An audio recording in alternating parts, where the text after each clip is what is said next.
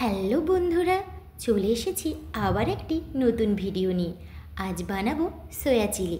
তাহলে চলো রেসিপিটা দেখে নেওয়া যাক।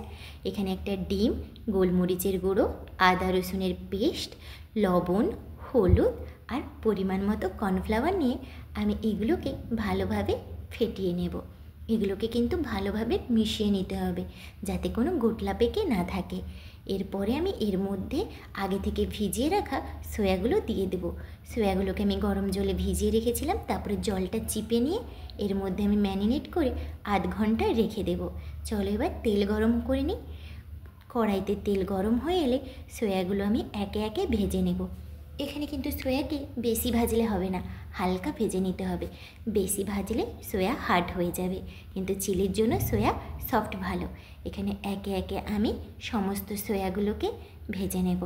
দেখো কত সুন্দর লাগছে না। এরপরে তেলের মধ্যে গোটা মশলা, একটা কাঁচা লঙ্কা, রসুন কুচি, আদা কুচি দিয়ে এগুলো হালকা ভাজা হয়ে এলে পেঁয়াজ, ক্যাপসিকাম দিয়ে একটু নেড়ে নেব। এখানে কিন্তু পেঁয়াজ, ক্যাপসিকাম, টমেটোকে এইভাবে বড় বড় করে কাটতে হবে। তারপরে টমেটো দিয়ে একটু নাড়িয়ে নিয়ে লবণ দিয়ে দেব।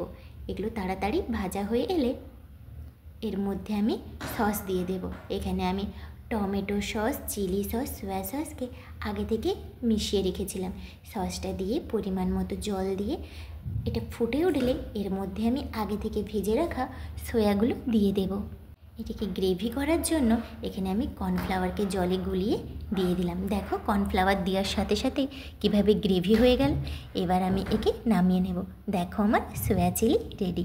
কত সুন্দর হয়েছে না? তোমরাও কিন্তু আমার এই পদ্ধতিতে একবার বাড়িতে ট্রাই করতে পারো। অসাধারণ খেতে। চিলির সাথে যদি ফ্রায়েড রাইস হয় তাহলে তার কোনো কথাই নেই। সবাইকে অসংখ্য ধন্যবাদ আমার ভিডিওগুলো দেখার জন্য।